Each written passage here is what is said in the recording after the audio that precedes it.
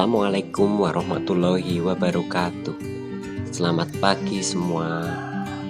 Semoga kesehatan selalu tercurah kepada kita semua. Di pagi ini kita akan belajar mengenai power tool. Apa sih power tool? Power tool adalah jenis alat yang sumber penggeraknya bukan dari tenaga manusia, melainkan tenaga penggeraknya diperoleh dari energi listrik, energi udara atau pneumatik, maupun energi dari cairan, yaitu hidrolik. Power tool pada proses pekerjaan di bengkel otomotif sangat bermanfaat dalam hubungannya mempercepat proses kerja, lebih efisien dalam penggunaan waktu dan tenaga yang kita keluarkan. Banyak sekali fungsi dari power tool sesuai dengan jenis pekerjaannya. Sebagai contoh, di bengkel otomotif kita seringkali melakukan pekerjaan yang berhubungan dengan pembentukan dan pemotongan logam. Untuk pekerjaan semacam ini dapat dengan mudah dilakukan jika kita menggunakan power tools dibandingkan dengan hand tool. Pada pertemuan sebelumnya kita sudah membahas hand tool. Salah satu contoh yang sering dilakukan di bengkel otomotif. Yang pertama biasanya kita sering mengebor material yang berbentuk logam atau besi. Sering juga kita memotong yang berbentuk logam atau besi. Proses pekerjaan itu tentu memerlukan berbagai jenis power tool untuk melakukannya. Karena kita tahu bahwa besi adalah material yang keras. Jika hanya sebatas menggunakan hand tool, maka akan sangat lama menguras energi dalam proses pengerjaannya. Sumber tenaga dari power tool yang paling banyak dipakai adalah dari tenaga listrik. Tenaga pneumatik dan hidrolik dipakai itu untuk pekerjaan yang berat karena dia membutuhkan energi yang lebih banyak. Macam-macam power tool dan fungsinya. Yang pertama yaitu power tool yang bernama bor. Bor tangan merupakan salah satu jenis alat tenaga yang digunakan untuk membuat lubang pada benda kerja dengan sumber tenaga yang berasal dari arus listrik. Bisa arus listrik bolak-balik AC maupun arus listrik yang diperoleh dari baterai. Portable drill merupakan jenis dari bor listrik yang memiliki kapasitas diameter pengeboran yang cukup besar. Kemudian ada bor angin atau bor pneumatik. Bor angin merupakan jenis power tool yang memiliki fungsi yang sama dengan bor tangan. Tenaga penggeraknya dari bor angin ini bukan dari tenaga listrik arus AC maupun DC, tetapi dari udara bertekanan pneumatik yang dihasilkan oleh kompresor. Karena bor angin ini tergantung pada tekanan udara yang dihasilkan oleh kompresor, maka tenaganya pun akan bergantung dari tekanan yang diberikan kompresor. Semakin besar udara yang dikeluarkan oleh kompresor, maka tenaga yang dihasilkan oleh bor angin ini juga semakin besar. Hal ini membuat torsi yang dihasilkan menjadi relatif tidak stabil jika dibandingkan dengan bor yang menggunakan tenaga listrik sebagai penggerak. Selain itu, masalah keausan pada sambungan juga sering terjadi ketika menggunakan bor angin. Masalah keausan ini menyebabkan terjadinya kebocoran udara yang masuk ke dalam sistem bor pada akhir mengurangi torsi. Kemudian ada gerinda tangan.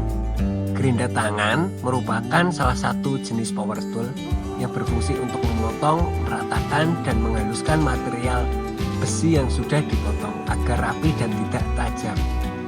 Bisa juga untuk mengikis material besi yang tidak rapi karena proses pengelasan. Gerinda tangan ini banyak fungsinya, banyak kombinasinya. Ada yang dipakai buat misalnya motong keramik, motong kayu, ataupun bisa jadi sensor. Gerinda tangan ini banyak sekali yang menggunakan sebagai power tool. Kemudian air impact. Air impact ini salah satu jenis power tool yang berfungsi untuk mengencangkan ataupun mengendorkan baut atau mur dalam melakukan fungsinya. Impact brake ini harus dipasangkan dengan kunci shock. Beberapa impact memiliki perlengkapan yang bisa mengatur torsi agar sesuai dengan fastener yang diputar atau sesuai dengan kebutuhan torsi yang akan diperlukan untuk mencapai kekencangan baut atau mur tertentu. Namun sama seperti power tool yang lain yang menggunakan udara bertekanan dalam melakukan fungsinya, torsi yang dihasilkan oleh impact jenis ini relatif kurang stabil tergantung dari tekanan udara yang diterima dari kompresor. Kemudian ada air gun. Air duster merupakan jenis dari power tool yang menggunakan tenaga pneumatik. Air gun ini berfungsi untuk membersihkan kotoran ataupun serpihan pada ruangan yang terbatas dengan cara menyemprotkan udara bertekanan. Contoh paling sering menggunakan air gun adalah pada proses pembersihan saringan udara, pembersihan karburator, ataupun yang lain. Penyemprotan ketika sedang menservis rem juga bisa. Air gun merupakan udara bertekanan. Tekanan udara bisa sangat tinggi, oleh karena itu jangan arahkan air gun ini ke bagian tubuh ataupun mata kalian karena dapat menyebabkan kecelakaan kerja. Kemudian ada lagi yaitu air pressure gauge. Air pressure gauge ini salah satu jenis power tool yang menggunakan tenaga pneumatik juga dalam pengoperasiannya. Air pressure gauge ini berfungsi untuk mengisi dan memeriksa tekanan udara di dalam ban. Di jurusan otomotif ini sering dipakai untuk mengetahui berapa tekanan ban yang sesuai spesifikasi. Kemudian ada kompresor. Nah, dari tadi kita membahas tentang kompresor, angin kompresor. Apa sih kompresor? Kompresor itu merupakan salah satu jenis power tool sebagai penghasil tenaga berupa udara bertekanan bagi alat lain. Kompresor akan memberikan suplai udara bertekanan pada alat-alat yang bekerja menggunakan tekanan udara.